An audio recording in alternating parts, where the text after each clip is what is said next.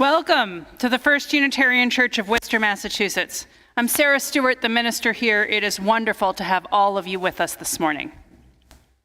I'm leading worship this morning with our interim director of music, Allegra Martin, assistant director of music, James Haupt, director of faith development, Samantha Namath, assistant director of faith development, Abigail Hannaford-Riccardi, and Eugene Rossi, our broadcast tech. Thank you especially to our choir and our children's choir for providing beautiful music this morning for our worship service. Here at First Unitarian Church, we strive in loving fellowship to honor the sacred, connect with each other, and serve justice. We are a welcoming congregation. Whatever your age, race, class, nationality, sexual orientation, or gender identity, we are delighted to have you with us this morning. For those of you who are joining us online, you can like this video to help others find us and subscribe to our channel to find more content. The newsletter is the best way to stay in touch with everything we're doing together as a church. To get our newsletter, you can go to firstunitarian.com and click subscribe to our newsletter at the bottom of any page. Everybody is welcome to a social hour, which is a pizza lunch today in the church parlor after the service.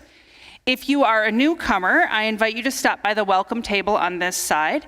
There are friendly people there to get to know you. You can also sign up for our newsletter there. And we have gift bags for newcomers with some information about the church and a treat. So please do stop by if you're new.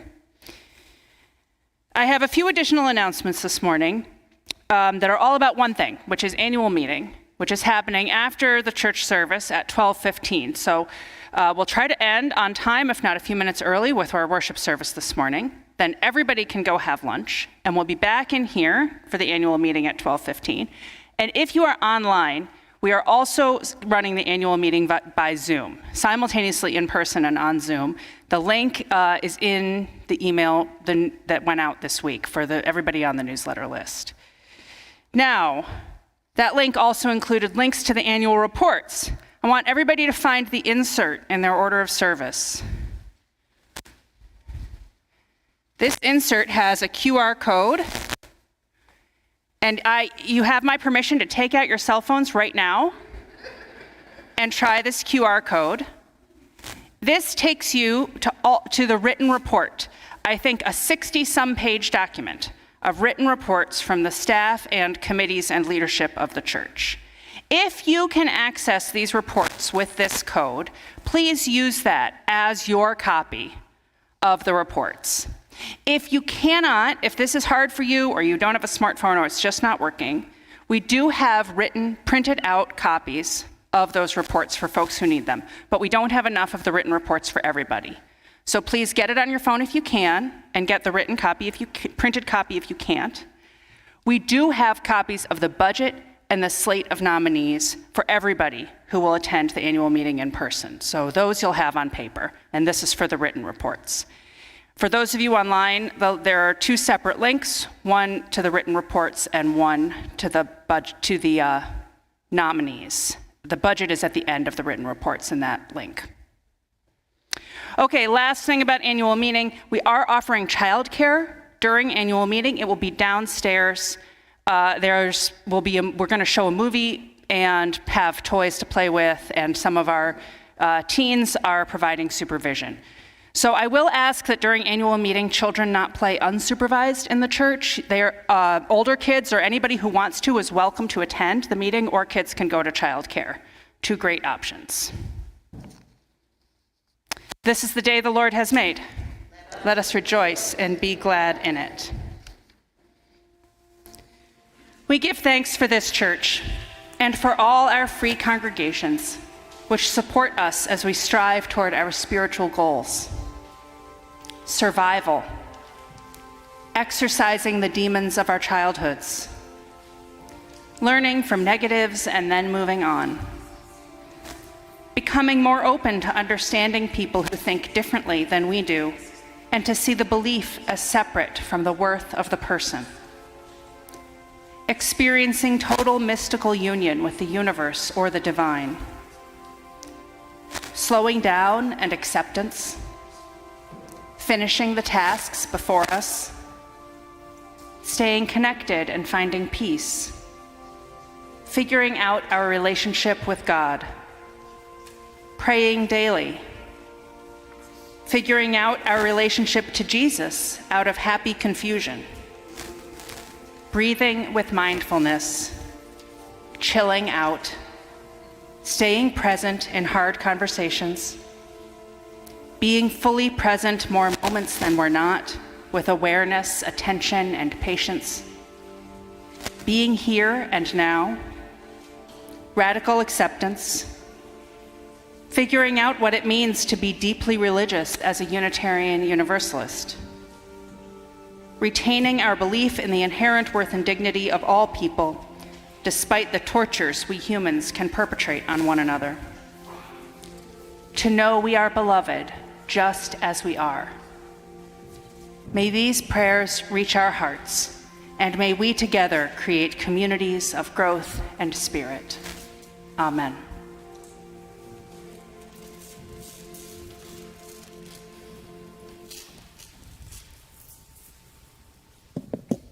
Harrison is lighting our chalice this morning.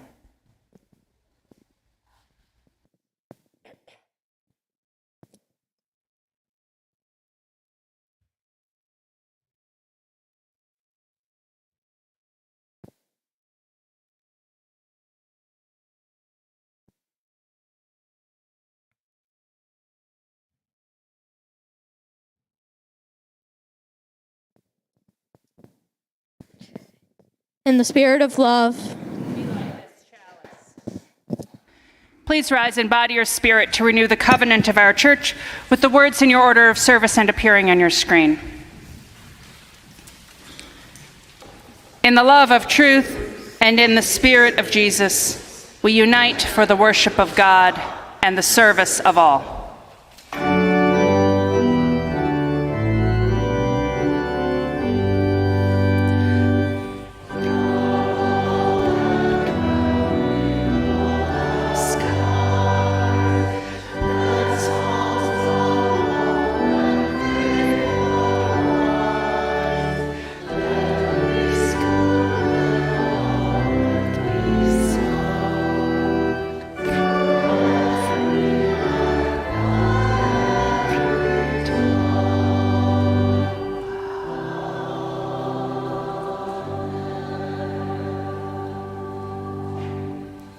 Our opening hymn is number 113 in your gray hymnals. Where is our holy church?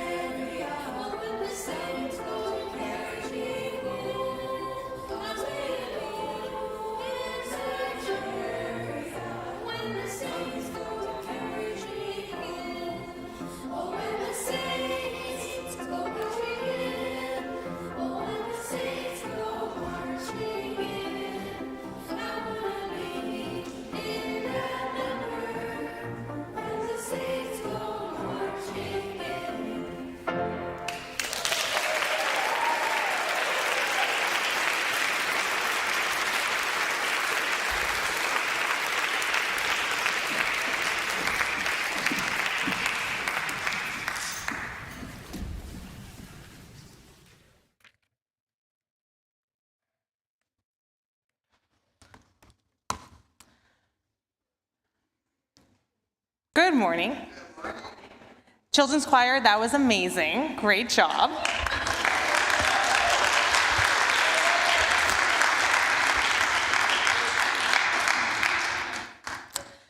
I just wanted to talk quickly about one thing that First U is hosting, and that is our Youth Con. That's for grades 6th grade to 12th grade.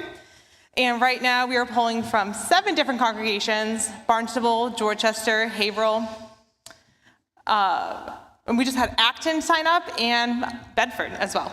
So there's a lot going on, and we'd love to see your teen there. If you have any questions, you want to volunteer, please come see me, email me, and I will get back to you. It's going to be a really great time, and we haven't had this opportunity for teens in the Worcester area in a while. Today's story is called A Rabbi's Gift. A monastery had fallen on hard times. It was once part of a great order which, as a result of religious persecution, lost all of its branches. It was decimated to the extent that there were only 5 monks left in the mother house, the abbot and 4 others, all of whom were 70. Clearly, it was a dying order. Deep in the woods surrounding the monastery was a little hut that the rabbi from a nearby town occasionally used for his hermitage. One day, it occurred to the abbot to visit the rabbi and to see if he could offer any advice that might help save the monastery. The rabbi welcomed the abbot and commiserated. "I know how it is," he said. "The spirit has gone out of the people. Almost no one comes to the synagogue anymore." So the old rabbi and the old abbot wept together and spoke quietly of deep things. The time came when the abbot had to leave. They embraced. "It has been wonderful being with you," said the abbot, "but I have failed in my purpose for coming. Have you no piece of advice that might save the monastery?" "No, I'm sorry," said the rabbi. "I have no advice to give. The only thing I can tell you is that the Messiah is one of you." When the other monks heard the rabbi's words, they wondered what possible significance they might have. The Messiah is one of us? One of us here at the monastery? Do you suppose that he meant the abbot? Of course, it must be the abbot, who has been our leader for so long. On the other hand, he might have meant Brother Thomas, who was undoubtedly a holy man. Certainly, he couldn't have meant Brother Elrod. He's so crotchety. But then Elrod is very wise. Surely, he could not have meant Brother Philip. He's too passive. But then, magically, he's always there when you need him. And of course, he didn't mean me. Yet, supposing he did. "Oh Lord, not me. I couldn't mean that much to you." Could I? As they contemplated in this manner, the old monks began to treat each other with extraordinary respect, on the off chance that one of them might be the Messiah. And on the off chance that each monk himself might be the Messiah, they began to treat themselves with extraordinary respect. Because the forest in which the monastery was situated was beautiful, people occasionally came to visit the monastery, to picnic, or to wander the old paths, most of which had led to the dilapidated chapel. They sensed the aura of extraordinary respect that surrounded the 5 old monks, permeating the atmosphere. They began to come more frequently, bringing their friends, and their friends brought their friends. Some of the younger men who came to visit began to engage in conversation with the monks. After a while, one asked if they could join. Then another, and another. Within a few years, the monastery became once again a thriving order. And, thanks to the rabbi's gift, a vibrant community of light and love. Now, that community of light and love, I will take this time to invite all my faith development youth to come join us for our classes. It's going to be a great time. Thank you.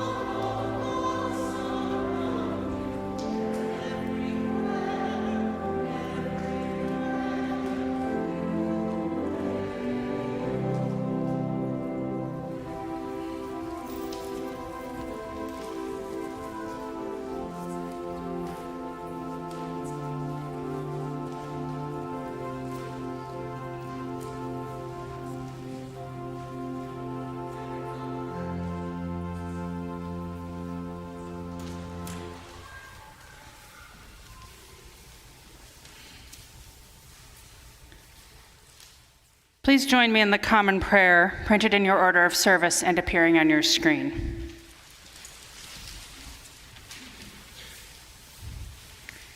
In this church, may we always have enough room for those many who want to come in. May those who cherish this church be so glad they cannot stop speaking, stop asking, and may that crowding itself be a gladness as we keep making room.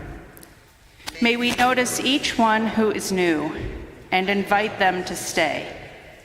May our list of names for the holy not ever be finished, and may we hear God chuckling with us as we find still more. Amen. Please continue your own thoughts and prayers in silence.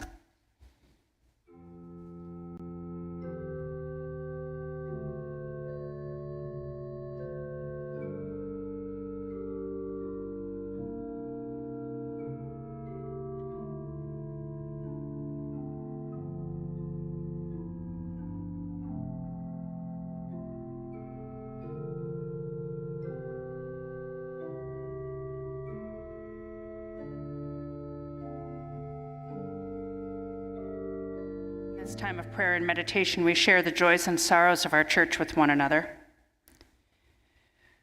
One among us lights a prayer for the Clancys and other families who have experienced PPD and PPP.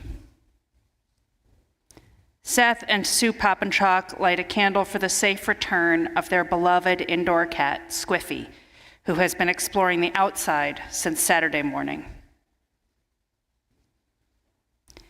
Vicky Hardy lights a candle for Alex and his family, who is seeking new treatment options this week. And Aaron Howard lights a candle of joy for a dear relative who was widowed and has found love again and become engaged. For these prayers of hope and healing and joy, we offer our own hearts in sympathy and love. We know there are those prayers that go unspoken among us, and so we say together the prayer of Jesus. Our Father, who art in heaven, hallowed be thy name. Thy kingdom come, thy will be done on earth as it is in heaven. Give us this day our daily bread, and forgive us our trespasses, as we forgive those who trespass against us. And lead us not into temptation, but deliver us from evil. For thine is the kingdom, and the power, and the glory, forever and ever. Amen.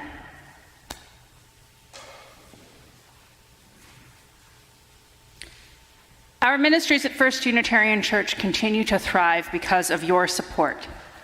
In the past few weeks, your Prudential Committee and the Nominating and Leadership Development Committee have been preparing for today's annual meeting, working with the staff to prepare the budget and to compile reports and invite people into church leadership. Our search for a new permanent director of music went live with thanks to the search committee.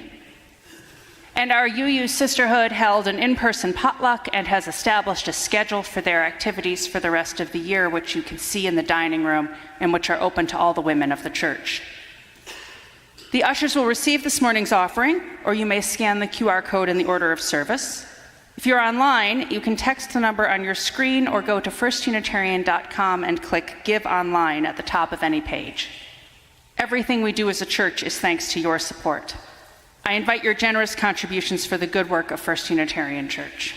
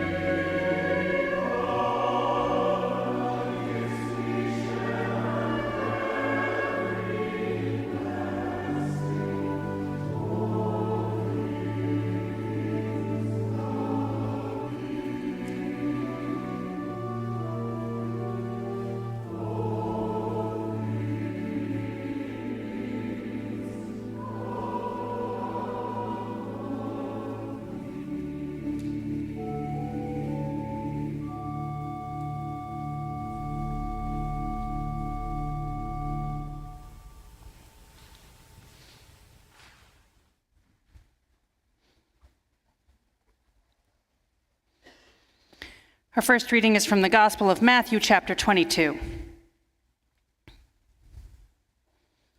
The Pharisees gathered together, and one of them, a lawyer, asked him a question. "Teacher, which commandment in the law is the greatest?" He said to him, "You shall love the Lord your God with all your heart, and with all your soul, and with all your mind. This is the greatest and first commandment. And a second is like it. You shall love your neighbor as yourself. On these two commandments hang all the law and the prophets."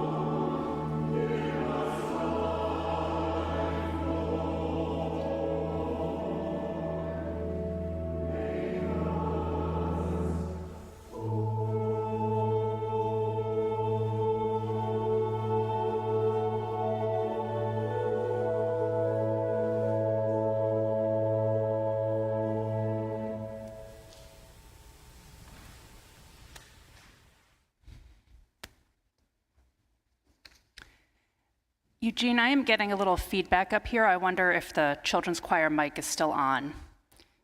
If you could work on that, thank you. Our second reading is Living the Law of Love by the minister Randy Hammer. For a church or other community of faith to really convey a sense of welcome and hospitality, they must let the world know that they are seeking to live the law of love. And it cannot be false or just for show. It must be genuine. It must be real. Living the supreme law of love will influence everything we do in the church setting. It will affect the way we relate to one another in committee meetings, the way we speak or don't speak about one another in private conversations, the way we minister to one another in times of crisis, such as hospitalization and death, and the way we rejoice with one another during those times of celebration, such as baptism and marriage.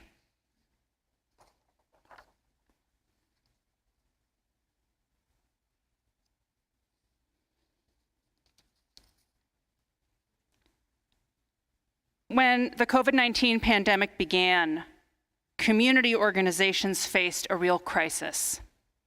Because if an organization's mission was to gather people together, then what happened and what could we do when everyone, except for essential workers, had to stay home? Of course, this affected churches as well, and different churches had different responses. Some were quick to pivot to online services. Some paused and regrouped before worshiping online. Some used Zoom, some used streaming. Some churches had no in-person activities at all. Some focused on outdoor activities. Some reopened quickly, others were more cautious about reopening. Some, in the wake of the pandemic, have prioritized in-person community life.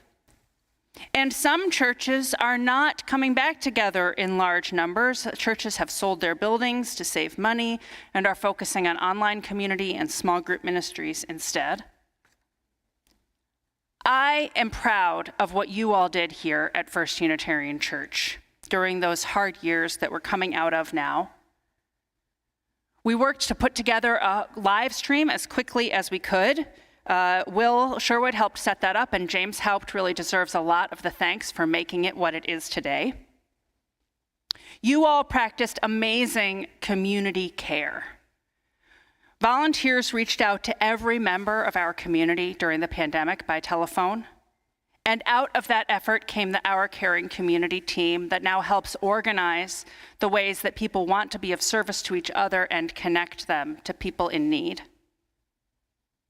Our justice ministries continued. We worked with our neighbors next door to help reopen their food pantry at Wesley Methodist Church. We worked with a member of our own church who needed emergency housing. We raised a lot of money for IHN. And by the way, I want to tell you that at Christmas Eve this year, we raised more than $6,000 to support the In the Hour of Need family shelter here in Worcester. It's continued since the pandemic with volunteering at IHN, holding a concert for peace in response to the outbreak of war in Ukraine, loaning $200,000 from our endowment to support affordable housing built through Worcester Common Ground. And we here at First U have prioritized being back together in person. We were one of the first Unitarian Universalist churches in the country to reopen following the shutdown from COVID. We were one of the first to offer in-person faith development for children. Our We Agora summer programs continued. In 2020, We Agora was entirely online because everything was still online at that point.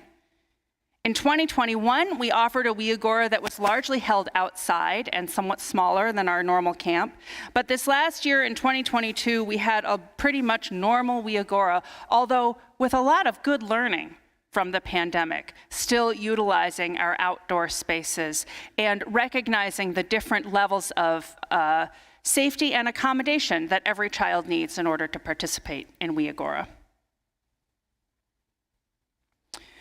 We continued our faith development programs as best we could. During 2020, they were online or outdoors. Our youth group spent almost an entire year doing outdoor activities. In the 21-22 church year, we have been back upstairs in our large rooms for faith development. It's a gift of this building that we have such big spaces that we can be in.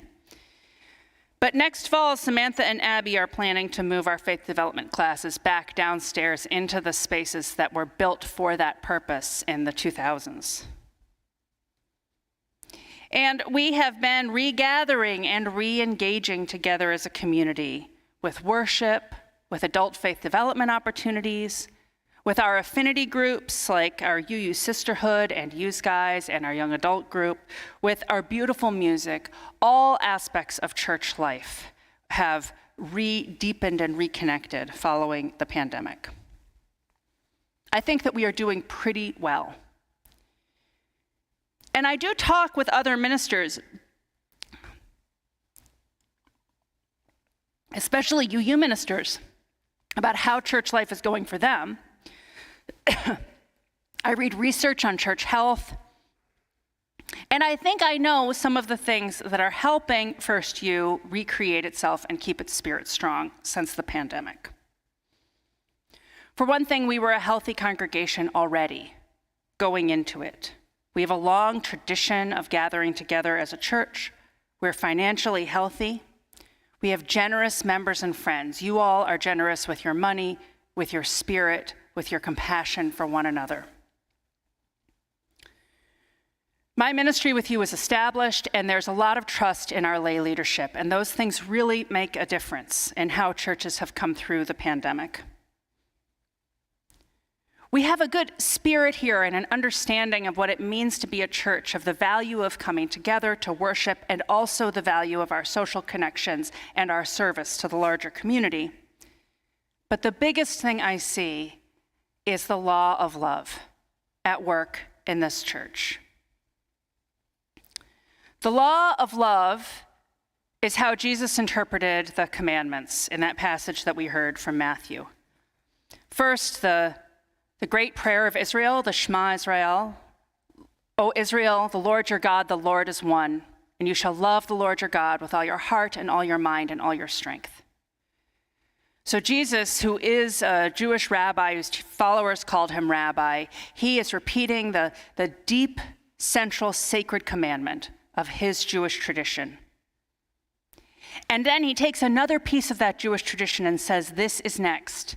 Love your neighbor as yourself.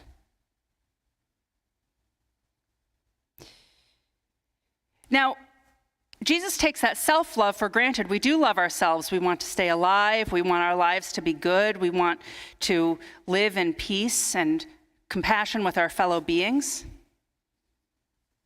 And he says that we have to love our neighbors just as much as we love ourselves, which can sometimes be hard work. It means recognizing that other people are just as human as we are, that when they are making decisions we disagree with, they're making those decisions because it's the best they know how to do in the moment, the same way as when we are making decisions that someone else might disagree with. That people feel the same way that we feel, that they have the same capacity for feeling that we have.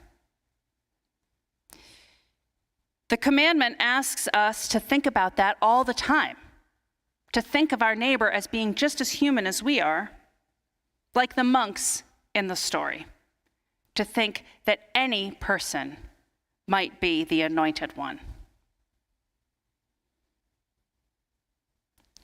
Love of God is a different concept for every person. I'm personally drawn to a passage from a different part of the Bible, from First John, a letter to an early church, that says, if you can't love your sibling, who you see all the time, then you don't know what it is to love God. Because nobody has seen God, but we see one another, and we see that divine spark in one another. And to love one another is to learn how to love God. I think maybe it's that love of truth in our tradition. Because not everybody here believes in God, and even if that word is meaningful to you, I imagine that there are different understandings of that word for each person in this congregation. But in our covenant, we say we love truth.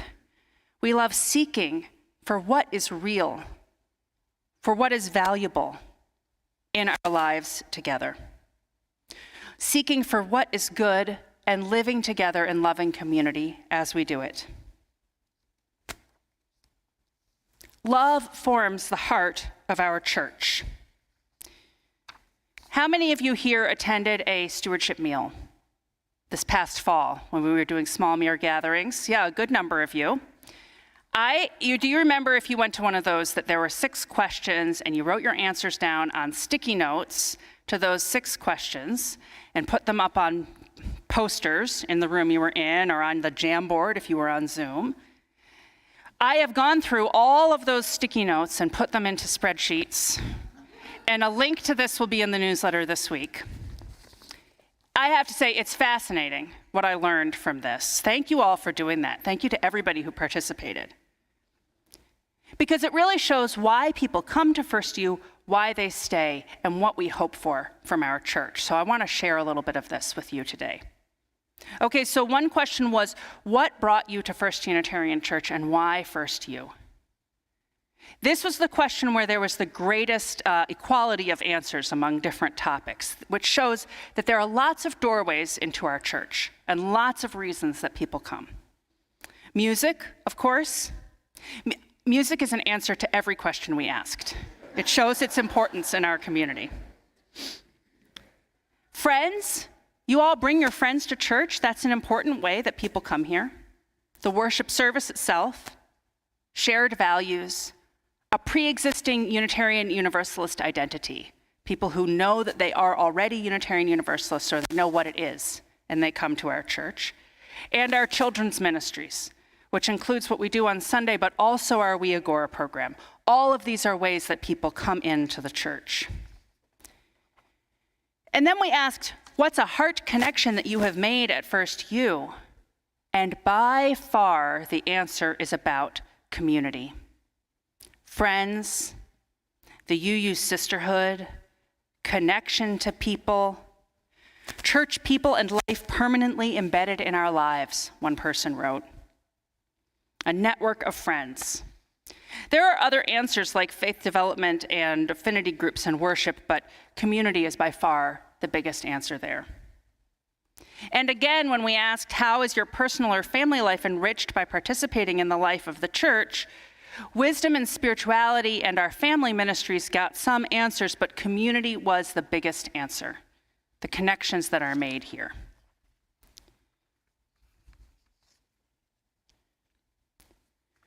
But when we asked people what makes you the proudest to be a member of First Unitarian Church, especially thinking about connections with a larger community, and what's the best development of our ministries that First U could realize in 5 years, then the answers began to focus to the justice work that we do as a congregation. I want to come back to that in just a minute. I have some more to say about our justice work. The last question was, what's the best development of our ministries I'm missing one here. What's special about First Unitarian that needs to be preserved? People said music, people said spirit, people said the building, which was also a way that people found us to begin with, just knowing that the building is here. But I want to talk a little bit about justice. I think it is very interesting that our justice work is not something that brings people to the church to begin with, and it's not what really tugs at people's hearts, because that is community. But it is what we most want to do in the world as a congregation. I do want to say that we have several justice opportunities going on right now that people can be a part of if they want to. We make a monthly meal for Dismas House, which is a halfway house transition for men coming out of prison who are dealing with addiction. We staff several weeks a year at the In the Hour of Need family shelter. One is coming up during February school vacation week, I think Feb 20 to 26, when you can see Liz Gustafson if you want to sign up for that. Liz has been our IHN coordinator here at First U for 20 years, doing that volunteer job.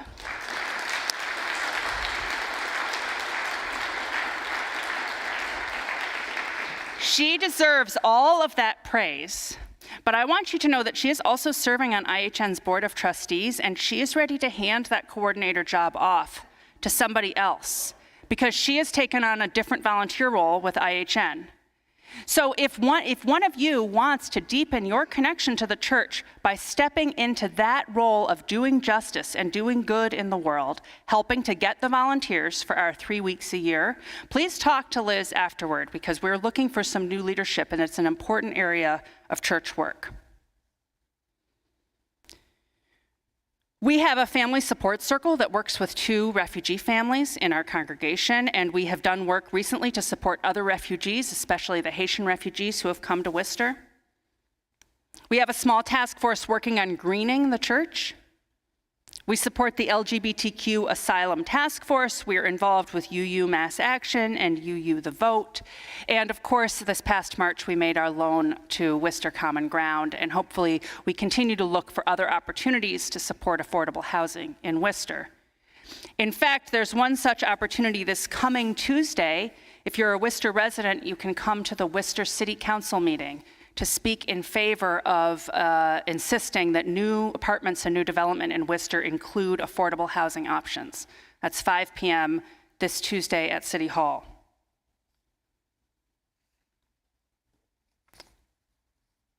If we want to seek more justice as a church, it is within our power. It is the great power of people coming together in this kind of community, in a community that fills up our hearts and minds, that it helps set us on the path of working together to build the more just world that we dream of. People will continue to come to look for a church, looking for specific programs, faith development for their children, a choir to be part of, friends to connect with. They will stay because of those heart connections. But then, it's like those heart connections are a battery that charge us up and help us do good in the world. The church brings us together to share interests and find opportunities to make a difference. The healthier and stronger we are as a congregation, the more we can serve our community. The community, our world, it needs us. It needs people of goodwill. It needs people with strong spirits. We live in a world beset by racism, inequality, and suffering. The world needs spiritually grounded people who are alive with the Spirit, who are making a difference together. If we are like the monks in the story, if we are the anointed one, if we are going to save the world, we are going to do it together as a church, doing justice, kindness, spiritual community, beating back loneliness, creating more compassion among people. The beauty of our Unitarian Universalist congregation is that although we each understand the sacred in our own way, we find meaning together. We have something the world needs here. We have a loving community. We have worship services that feed the soul. We have a music program that enlivens our spirits. We have a children's program that is rearing up our children according to our values. The gift is that we come together to do it because we will save the world together. Not by keeping ourselves separate from the world or playing small, but with our doors wide open to everybody who wants to join us, always looking for another way that we can love the truth, follow the Spirit, worship the sacred, and serve one another. It is our love and our sense of purpose that makes all the difference. I love you all. Amen.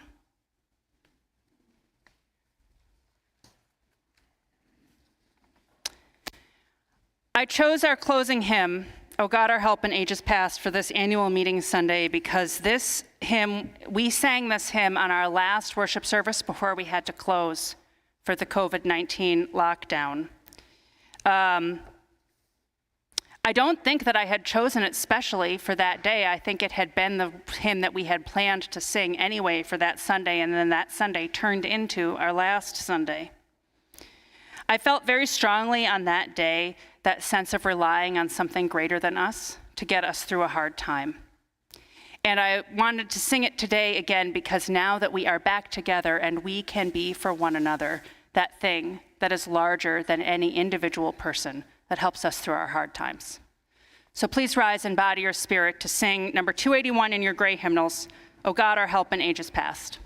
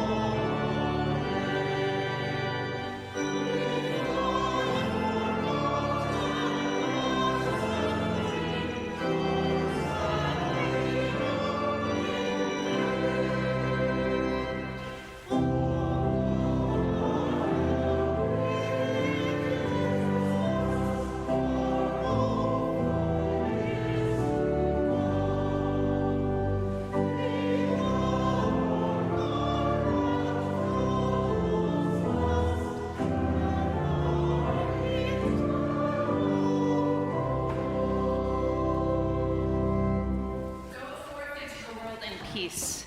Be of good courage. Hold fast that which is good. Render to no one evil for evil. Strengthen the faint-hearted. Support the weak. Help the afflicted. Honor everyone. Love and serve the holy, rejoicing in the power of the Spirit forever. Amen. Please be seated for our postlude.